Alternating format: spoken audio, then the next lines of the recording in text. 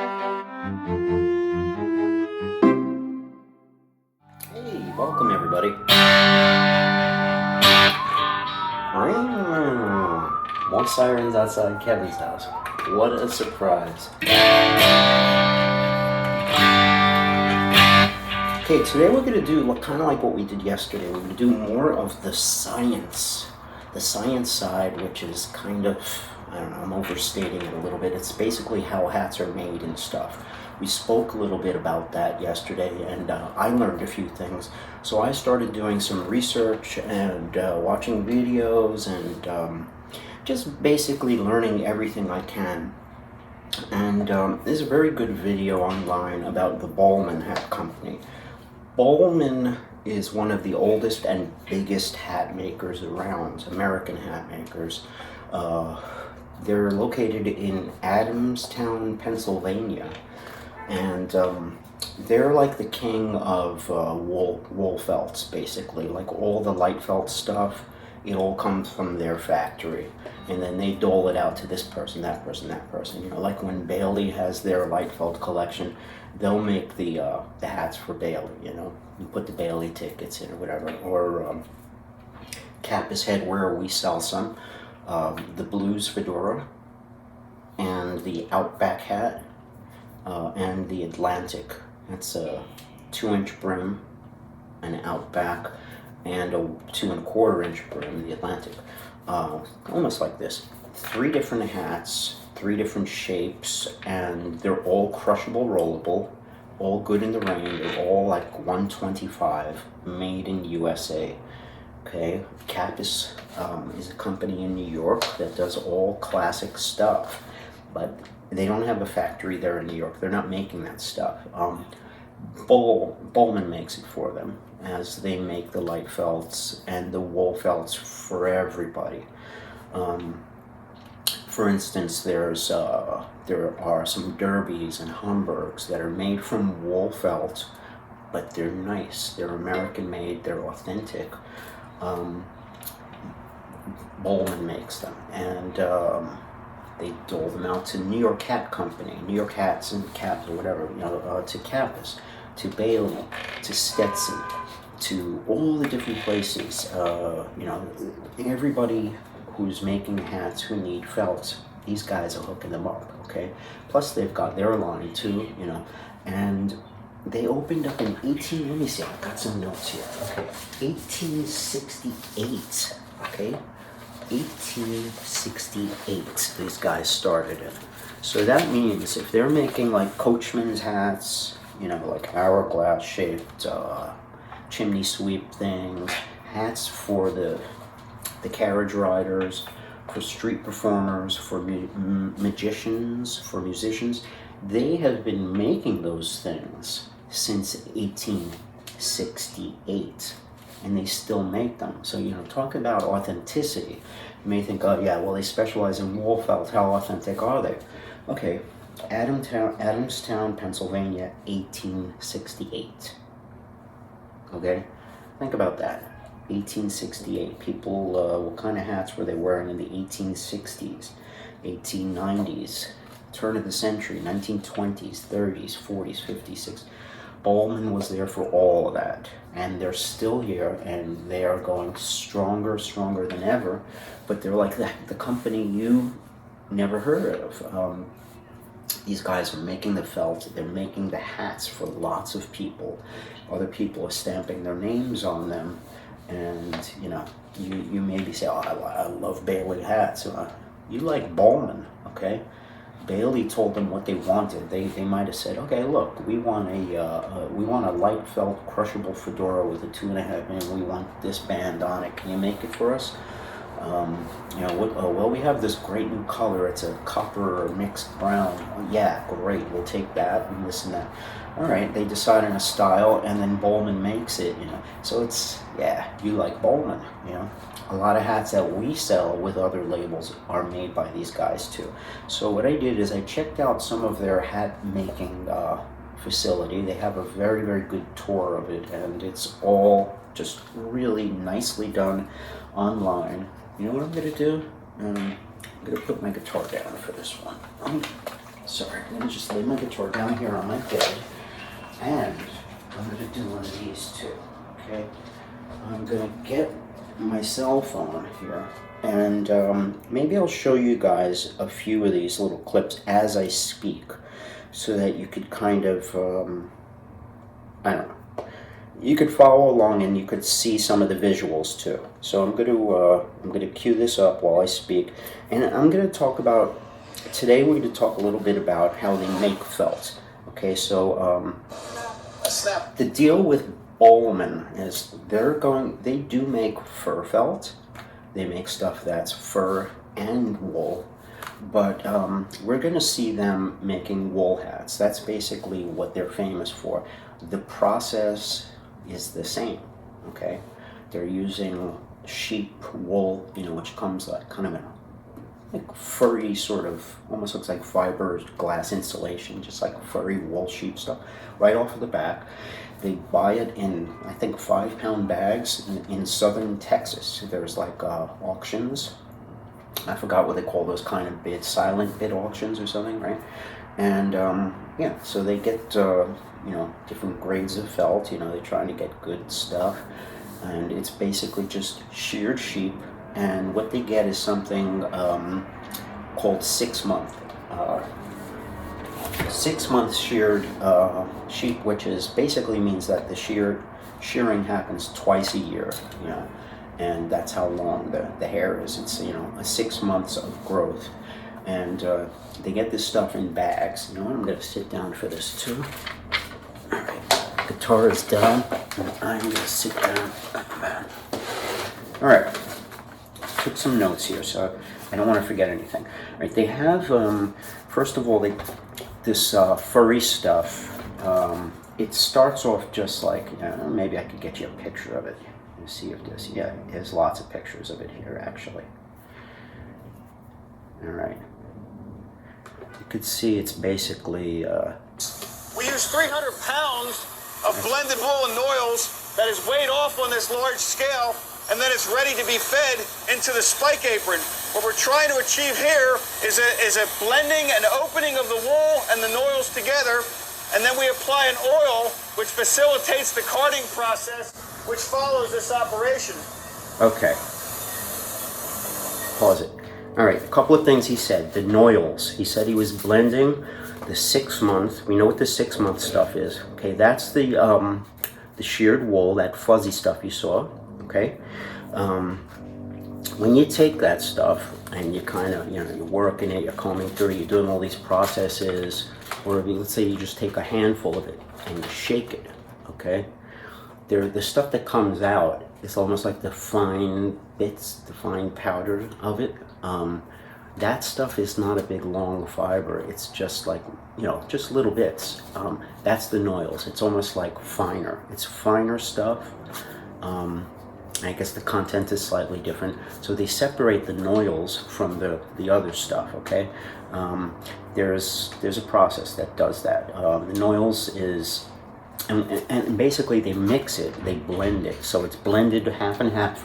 Ooh, there goes my phone. Okay, they blend it, the oils and the longer stuff, the 6 months, and they scour it. It's sent to a scouring plant. So you got to imagine there's a lot of foreign materials in there, like what do you call it? Like sticks, plant material, burrs. Like little seeds with sticky, itchy balls on it. Seeds and burrs and twigs and dirt. They got to get that stuff off of it. What they do is they kind of they send it into this. It's like a big tub, kind of like a cylinder, like a huge barrel. And they rinse it. There's water, like hot water, going into there, and they carbonize all that stuff. All those twigs and stuff is basically like heated up until it turns into like pretty much charcoal. Okay, so they do it in a way that all that wood and plant material burns at a lower kind of rate or something. That stuff gets carbonized and basically turns into just a crumbly charcoal, just like the same charcoal you use in your fish tank filter or whatever.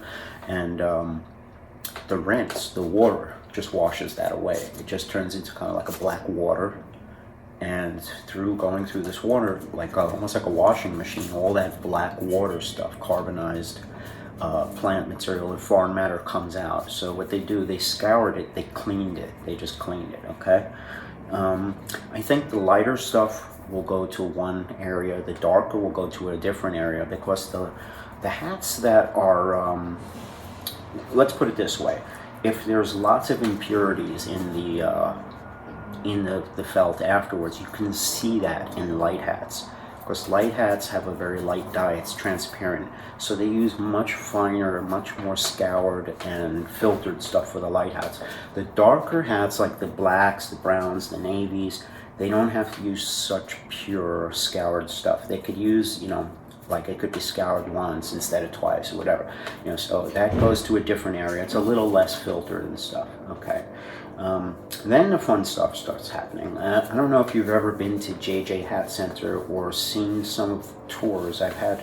In the early days, I had some tours where I went upstairs onto the catwalk, the higher section of JJ Hats, and there's like a kind of like a railing, a catwalk that you could walk to go to the offices, second floor. Right up there, there's a big brass cone. It goes up to about your chest level. It's a cone, you know, like really wide, heavy. It's made out of pure metal. It's like maybe this high, really huge cone. That's used in felting. I don't know what those things are used, but okay. Picture a cone. I think I drew a little diagram of it. Yeah, okay. Okay, a cone shaped like a, you know, sort of a triangle, right? You got your cone, and then you got another cone on this side matched up against it. Sort of like, you see that drawing right there? Like that. One brass cone here, one. So they have this shape, just like this. It's a big spool, okay? The size of a person. And the felt is coming out of the machine, turning into a web. Basically what they do is they put it on some sort of machine where it webs, and it just sort of stretches the stuff out, and it's turning into almost like a long, flat spider web. So it's almost like, you know, they're stretching it out to it's really thin, and it's flat through like these, you know, rollers or forks, whatever. And that web gets wrapped around these cones. You know, there's like a little stick that's guiding it back and forth. So it's wrapping around the cones, this big, flat, almost looks like fiberglass, sheets of fiberglass insulation, but thin, so thin you could just see through it like a spider web. And that web is just going, you know, around this double cone, around, until it gets, I think they do it around 21 times, they were saying in this video, or to the desired thickness. I have, I think at around the 742 mark of the Bollman video, you could see them actually doing this. So I'm gonna bring it up there. I made a couple of notes because I thought, you know, visually you guys might want to see it. All right, let me see what's at 742 here. Over 20 of our members on their products, and we're recruiting actively at the Bollman Hat Company. This is a Bailey hat. The shirt that I'm wearing, simplicity. No, I don't even see it. That's not there. Jobs for every one Where's that little manufacturing coney job. It has had a tremendous impact. Oh, here it is. Okay, on here's the economy, cone. the middle class, and really the strength of our Yeah. Okay. I hate you too. But anyway, this is commercial coming up. It's wrapping around this stupid cone thing, okay? Which I can't really access right now. And wrapping around to get it to its sort of thickness. Oh, I might have read that wrong. Maybe that's 1742, not 742. Okay. A snap binding. Let's try there. It's a 3-step operation. Yup, 1742. That's why I couldn't get it. After the grain of the wool on the tip of the hat. All right. And there's devices to blow the air to control the web so that it evenly goes around the cone. See the web? We're looking for full coverage here so that there aren't any thin spots or weak spots in the hat. You can see that the cones vary from one machine to the other. When we achieve the desired thickness, cone is cut and removed in 2 pieces. This is a very large hat. as you can see by the size of this cone. It's probably going to be made into a Western hat with a high crown and a wide brim.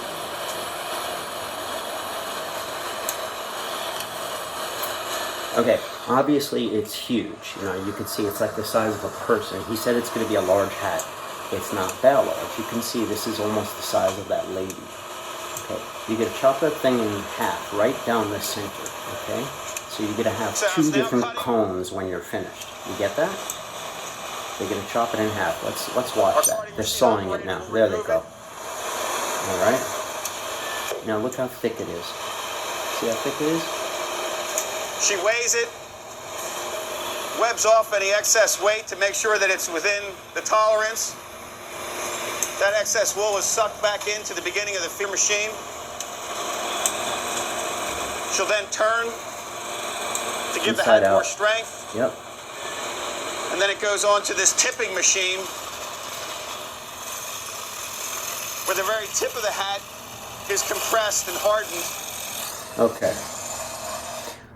The tip of the cone gets a little harder. All right. Now you saw how thick that hat was. You know, it was like really thick. The felt is like really spongy, fluffy fiberglass insulation kind of looking stuff. Now it's very fuzzy and thick.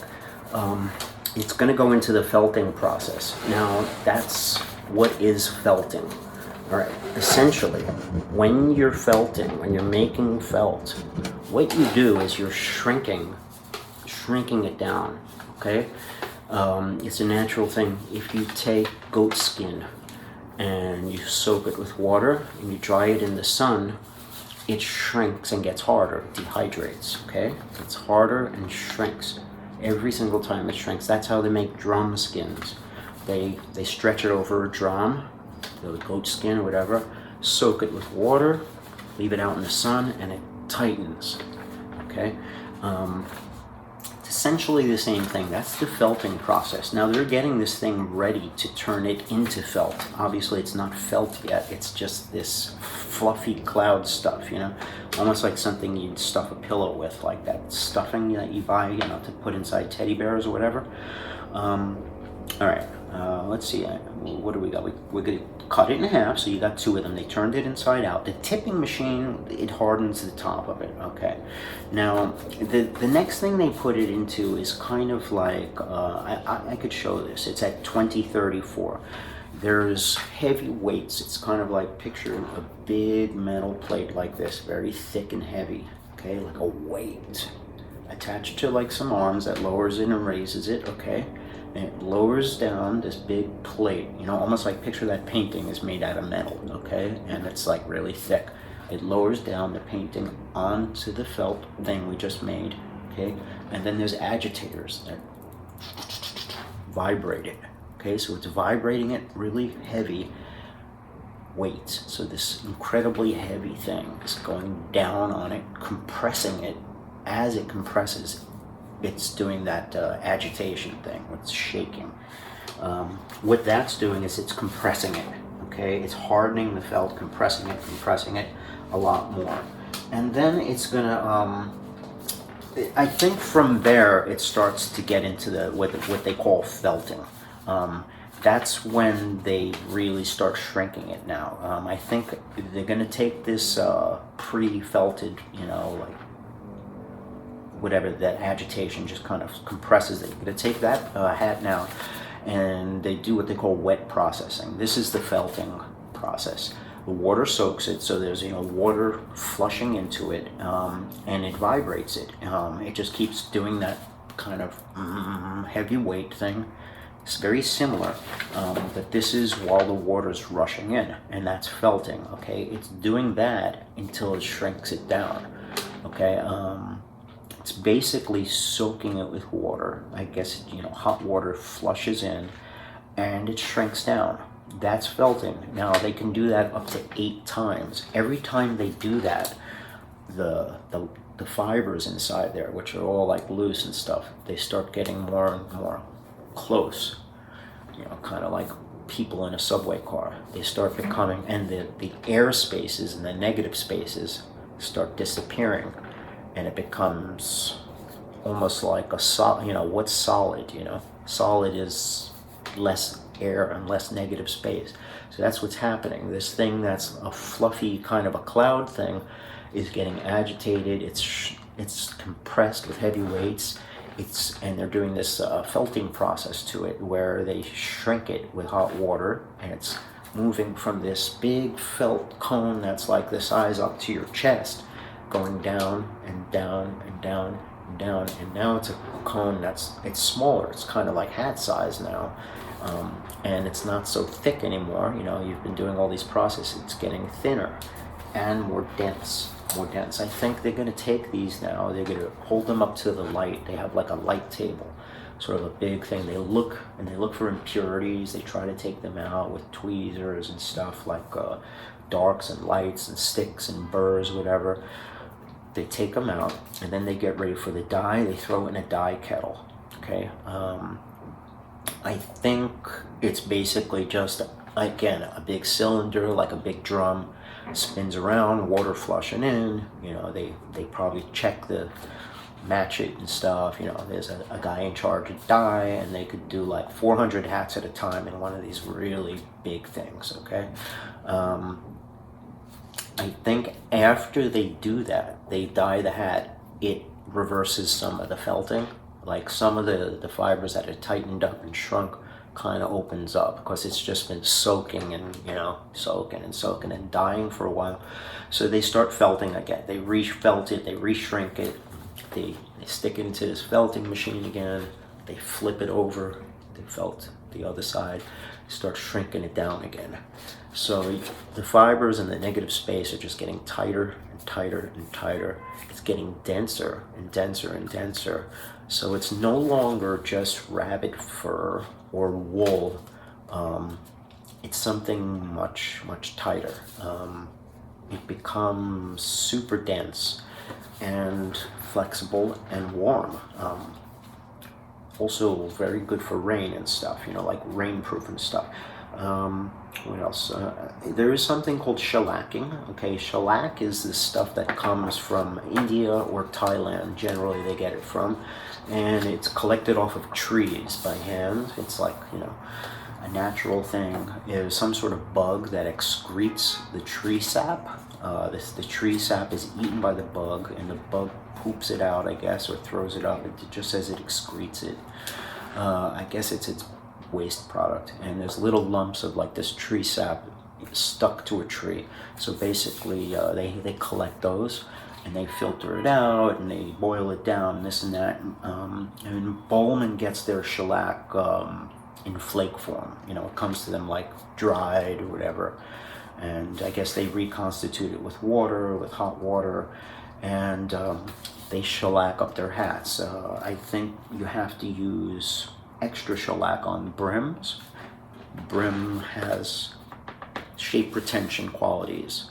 Okay, so stiffener is used. They're using stiffeners on the whole hat, but mostly on the brim. There's more, more on the brim. Less shape retention needed here for obvious reasons. Just structurally, this needs to hold its shape a little more. So that's pretty much it. I think I got most of it. When they're finished, what they basically have is a hat body. I could show you what a hat body looks like. Hat body is the raw felt piece that every hat is made from. A derby, a big lady's floppy hat with flowers, a cowboy hat, an old man's fedora, my hat, it doesn't matter. They're all made the same from the same thing. They're made from felt bodies, hat bodies. So when you want to make a hat, it's not made from a piece of flat fabric the way a shirt or a coat or a pair of pants is. It's made from kind of like something that looks almost like a hat, like a floppy hippie hat. It has kind of a crown, very, very shallow, and a big, giant, floppy brim. I'm going to show you, I think I found some pictures of hat bodies. 2936, they've got some here. Okay, 29.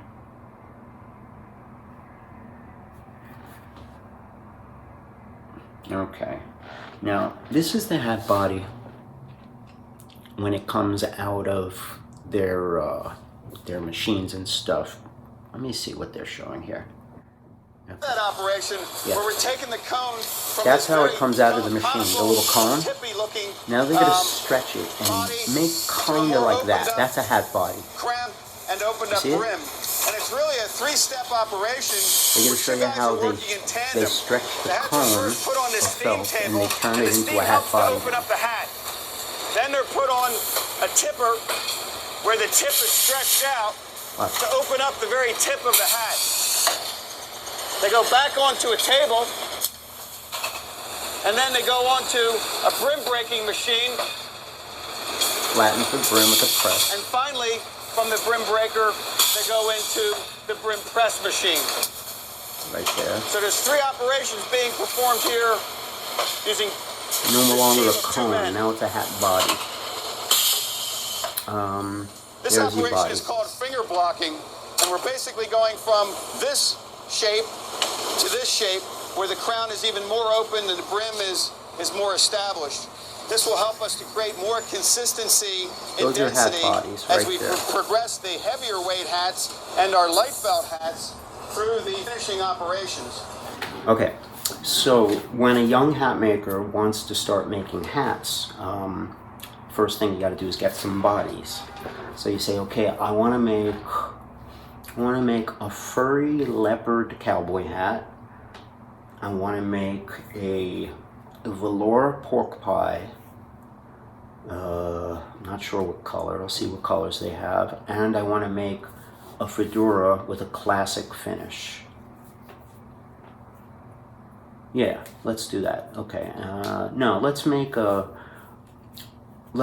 fedora with a 2 3/8 inch brim and a grand beaver hairy long hair finish. Okay, so what I would do is I would go to a hat supply place like Manny's Millinery is one. I believe they're also called Manhatco, MANHATCO, Manhatco, Manny's Hat Corporation, you know. So go to Manny's Millinery or Manhatco. There's all these other guys. There used to be a guy called Frank Olive, he was a very big hat body guy. I used to have a small hat company myself, and I did a lot of furry hats, a lot of velour hats, a lot of beaver stuff, and I got mostly check bodies.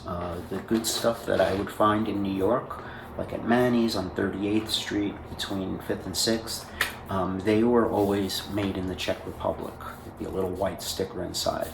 And that's good stuff. It's really good bang for the buck, you know. And you can get a beaver finish or a velour that feels like a $250, $300 hat, and it's not going to cost you that much. I don't know what a body like that costs, you know, but let's say you're paying $50 for it or $75 for something beaver, you know, like a long hair, which is a little bit nicer felt. It might be made out of all rabbit. I don't know exactly what they're made out of, but they're all fur. And the long hair beaver will come in solid colors. It will also come in some prints. Generally, you'll find animal prints like leopard. You'll see leopard in gray, leopard in regular, like, you know, orangey leopard. You'll see purple leopard, blue leopard, then you'll see tiger maybe, zebra. Animal prints are common. Sometimes I've seen patchwork felt where it's like rust and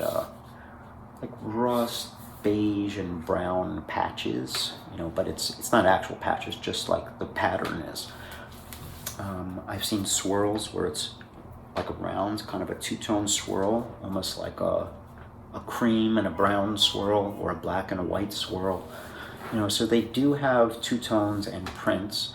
Obviously they have solids, and then they have different finishes. You have velour finishes, you have double-sided velour.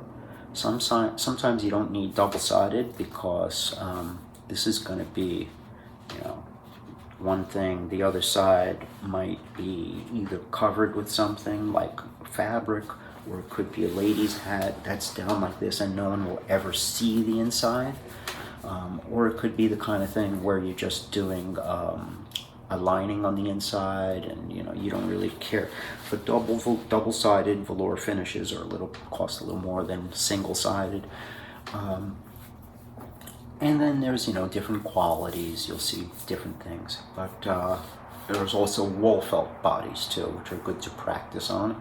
Of course, they're very cheap. You could find wool felt bodies super cheap, like I don't know, $15, $20, $25. Instead of paying $50, $75 for really good bodies and stuff. You would think that most of the cost of a hat would be in the body, but most of it is the work, and there's a lot more. Like let's say you bought a hat body at $75 and you're like, wow, I could get myself a beaver hat for like under $100, but then you start adding everything in. You need to get a sweatband. All right, you get your sweatband. It costs you like, I don't know, $25 or something like that, $20. You need to have somebody put the sweatband in for you. You need to get the hat blocked. Okay, so now you're starting to pay a little bit more. You need to get a band put on it. So somebody's got to actually make the band out of ribbon. There's a lot of hidden costs. Things like trimmings. Like if you're making a lady's hat, just the little feathers and flowers that they put on. The cheap ones look really chintzy, and the good ones, they cost some money. Like if you want like a bunch of stuff, like a flower and then like an ostrich feather, the feather might not cost you all that much, but maybe it'll be like $5 for like a big feather. But the trimmings do. They're really nice ones that are made out of silk, and they're like made here and made there. They start adding up. So then your hat, all of a sudden, it's you thought you were going to make a cheap hat, and it's expensive. A lot of it is the work, making the band, making the sweatband, blocking the hat, drying it, all that stuff, sewing the sweatbands, all the sewing. It's time consuming, and people have to get paid, so they have to charge for every step, every process. Because it's a pain. You can't do too many of those in a day. You could do like 5 hats, and do the whole process, make 5 hats in a day, maybe, but it's a lot of work, and you'll be real worn out at the end. There are a few more things too. I think I wrote down some notes here on things that they do at the end. I wrote down a couple of notes. One on, is it over here? Yeah. Like how they make a welted edge, how they make a bound edge and stuff. Would you like to see that? All right, let's take a look at that. There's actually a few more processes too after they make the hat body. The body is not really ready yet. There's something, the body comes off, it's a little fuzzy. It's kind of like, have you ever seen the inside of felt where there's no lining, where it's just raw on the inside? It doesn't have a finish yet. So there's something called pouncing, where this takes a lot of skill. It's one of the most skillful parts of felt making. There's a rotary sander, and works with a pedal, and you take the felt and you're putting it against this rotary sander, and it's basically just taking all the excess felt and all the what do you call it? The fuzz. It's getting rid of that, and it's sanding it smooth. So pouncing is like one of the last things to do. They'll do it on both sides usually, but if it's a hat that is not lined, they'll finish the inside. If it's a hat that's has a lining on the inside of it, they'll leave the inside raw. They won't finish the inside of the crown and stuff. I don't know if you need to see that, but there's a couple of interesting things I think you might want to see. Let me show you this. Hold on a second. Let's go to see them make a couple of edges here. So I think at about 44, they're doing a bound edge. Something about the whole situation could easily be shoveling. Commercial, okay. I've got a bound edge and a welted edge. You could see somebody making that. So again, the hat's Get a lot put of onto questions steam about table. that, so. Actually, on the brim edge, it has to be sewn shut, trimmed, and then fitted around the excess of the end of the brim. Not all hats get the binding on the edge of the brim, but typically we bind all our derby hats.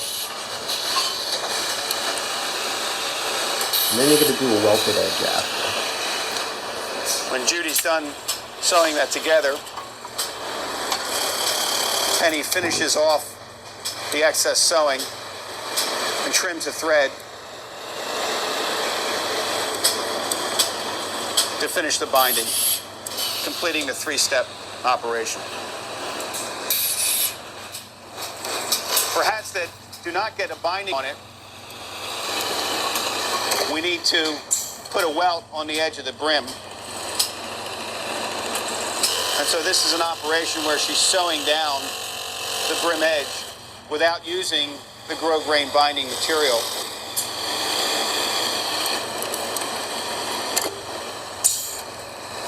We then go through this curling operation,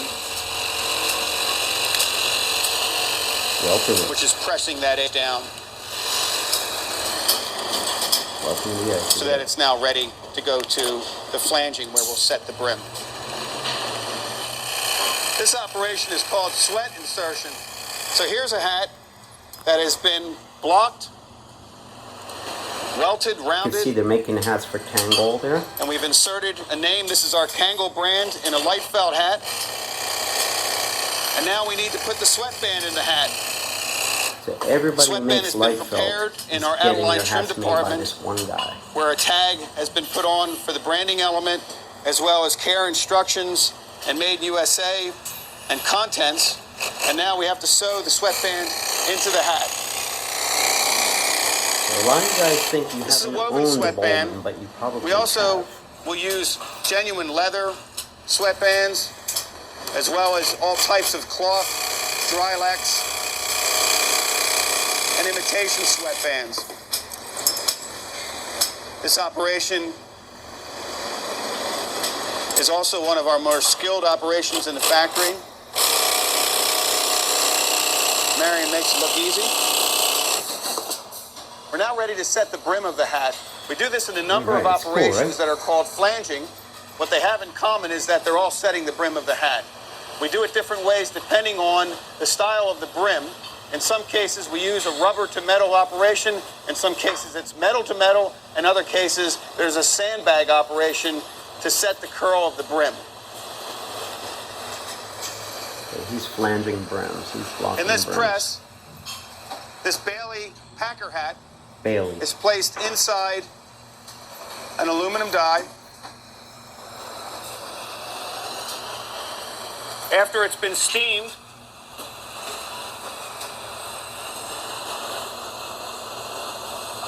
They use die aluminum comes molds. They're using wood. these are heated to wood temperatures blocks. of about 270 degrees. Look at that. Light felt. Will remain in the press. We try to do multiple sizes at the same time. Light felt is Give not us more losing its efficiency shape. at this operation. That stuff is great shape retention. And these guys, they don't cut corners, you know. So anybody who's got their Bailey, their Stetson, The brim has been set. Kangol, Cactus, Meerkat, anything that's a light felt, these guys need it.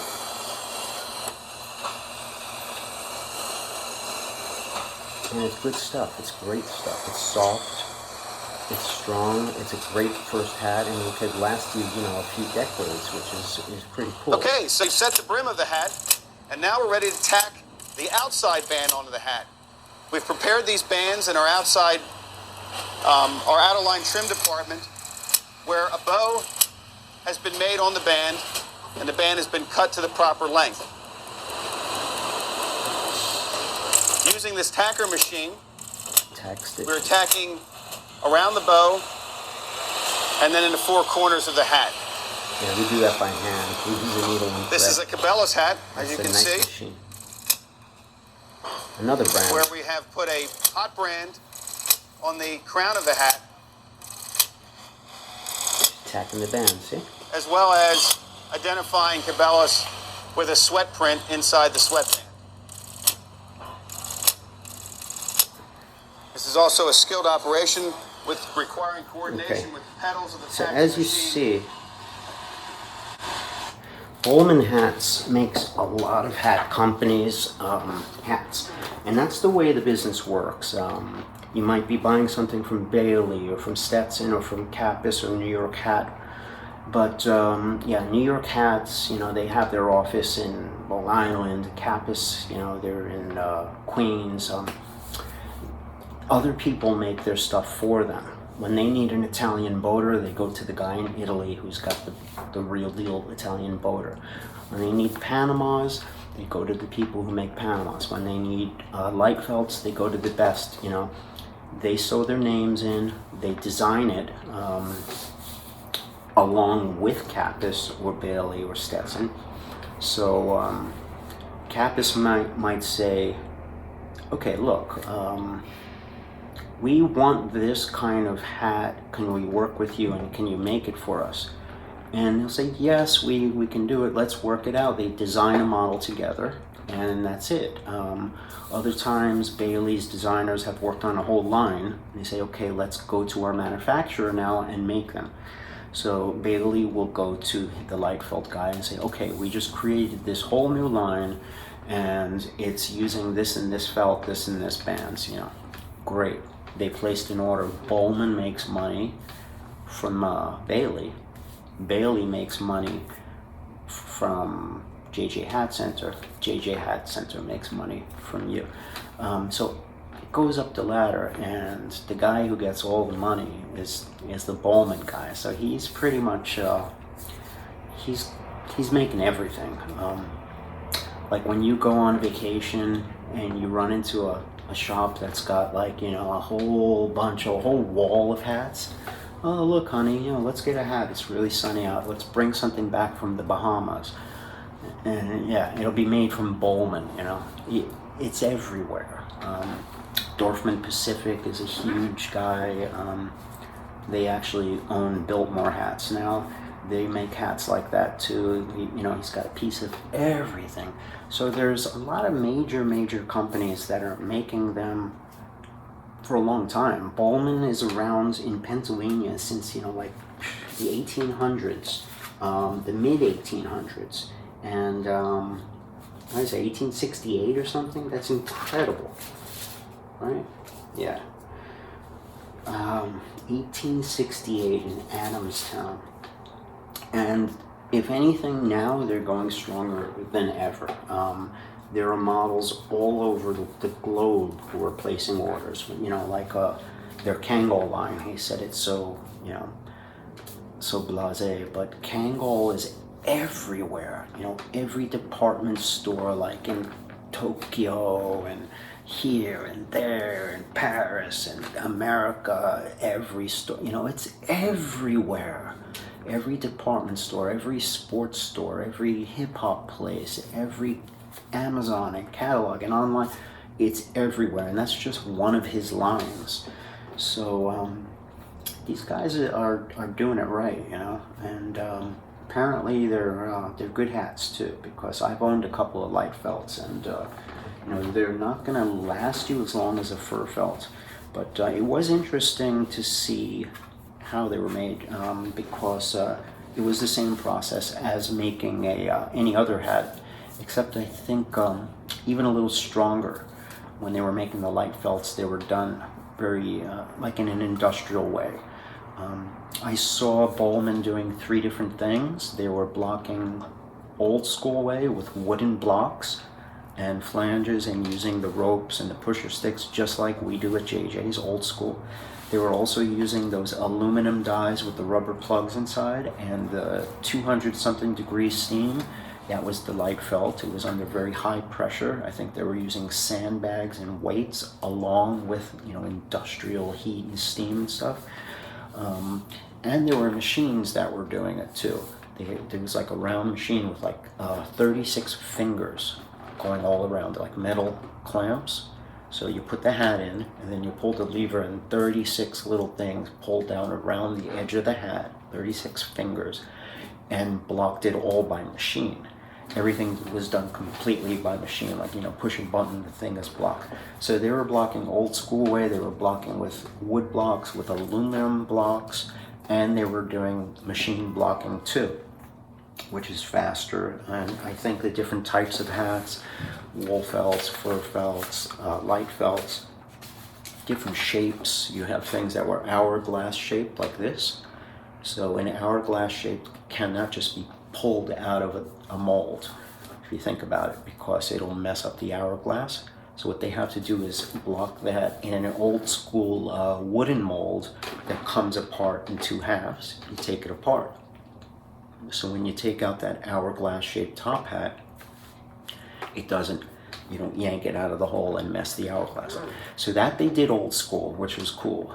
And they did say that they've been making those coachman's hats and those chimney sweep hats for theater and stuff since the 1800s and stuff.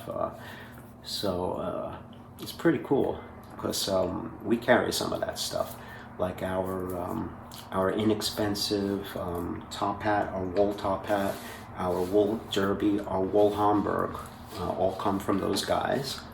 And it's neat to know that, they've been making them for so long. You just look at it as being, okay, it's kind of a little bit cheaper novelty hat, but it's not, These guys are a pretty serious Bollman. And apparently he's got a little piece of everybody, so just about it, almost every hat company has a little something, a little something to say thank you about. And for Bollman hats. Not every hat company. I mentioned Stetson. I don't know if they get their light felt from Bollman.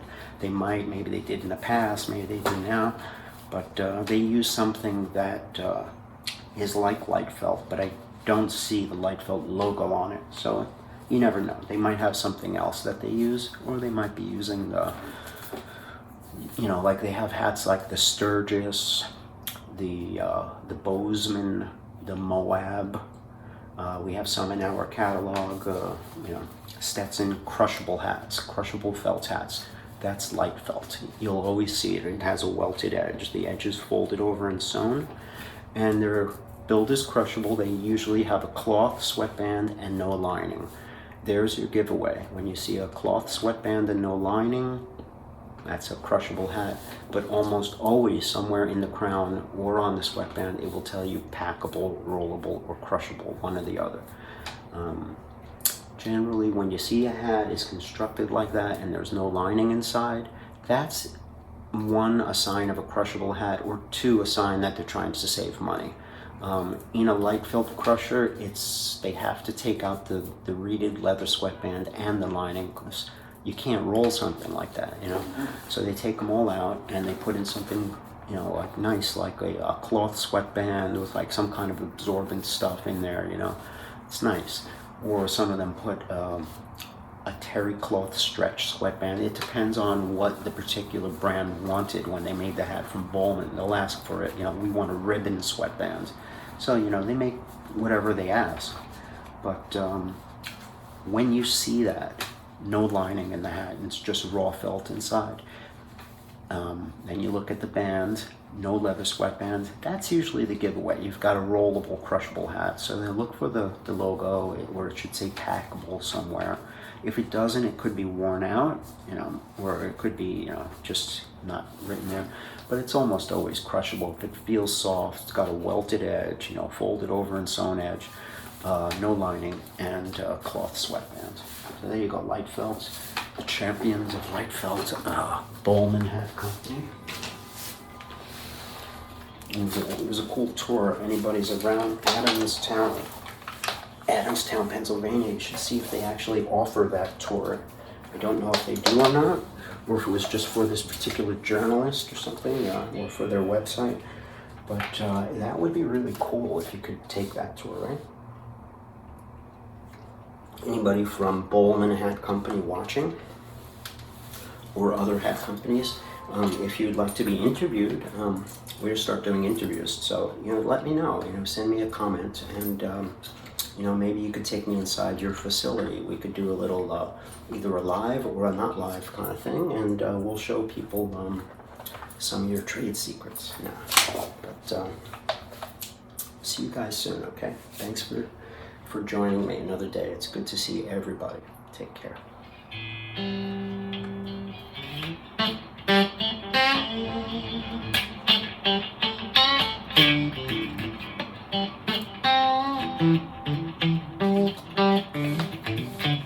Let me get a pick.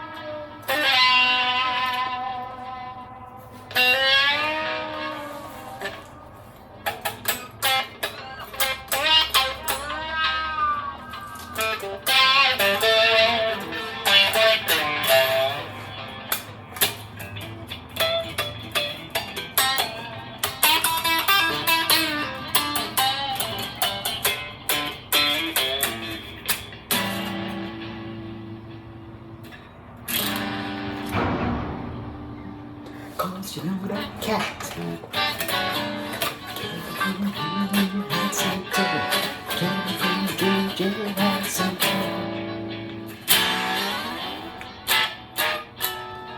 Trying to spit out that knowledge and up bump my content a little bit this month,